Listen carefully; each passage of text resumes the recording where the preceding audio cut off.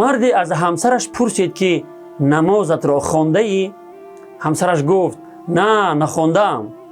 شوهر پرسید چرا تا حال نمازت را نخواندی؟ همسرش گفت خیلی خستم، نو از کار برگشتم و کمی استراحت کردم. شوهر گفت میدانم خسته ای، اما قبل از این که بخوابی حتما نمازت را بخوان. فردای آن روز شوهر به قصد یک سفر کاری شهر را ترک کرد. همسر چند ساعت بعد از پرواز با شوهرش تماس گرفت تا احوالش را جویا شود، اما شوهر به تماسش پاسخ نداد. چندین بار پی در پی زنگ زد، اما شوهر زنگهای او را جواب نداد. همسر آهسته آهسته نگران شد و هر باری که زنگ میزد و شوهرش جواب نمیداد، پریشانی و نگرانیش بیشتر و بیشتر میشد و در ذهنش هر گونه فکرها و خیالات دور میزد که مبادا به او حادثه روی داده باشد، چون که شوهرش به هر سفری که میرفت فوراً بعد از فرود آمدنش تماس میگرفت و از حال خود خبر میداد، اما چرا این دفعه جواب نمیدهد؟ او خیلی ترسیده بود. گوشی را برداشت و دوباره تماس گرفت و به امید اینکه صدای شوهرش را بشنود زنگ زد، اما این دفعه شوهرش گوشی را برداشت و پاسخ داد. همسرش با صدای لرزان پرسید رسیدی؟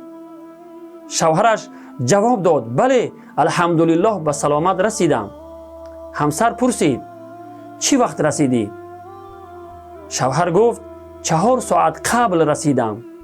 همسرش با یک عصبانیت گفت 4 ساعت قبل رسیدی و به من یک بار هم زنگ نزدی؟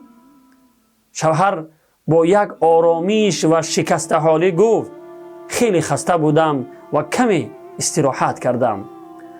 همسر گفت آخر خواطر شدم، مگر مشکل بود که چند دقیقه را صرف میکردی و جوابی مرا میدادی تا اینقدر خواطر نشوم؟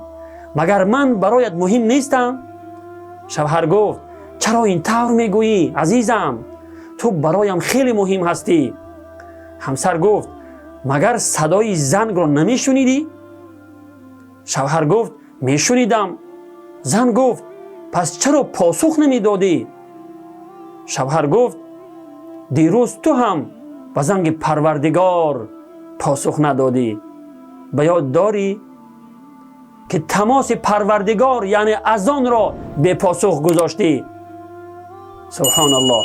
با شنیدن این سخن چشمان همسر از اشک حلقه زد و پس از کمی سکوت گفت بله یادم است، ممنونم که به این موضوع اشاره کردی، معذرت میخواهم.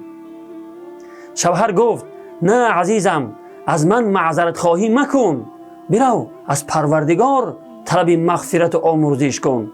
الله رب العالمین میفرماید بل تؤثرون الحیات الدنیا والآخرة خیر و ابقا.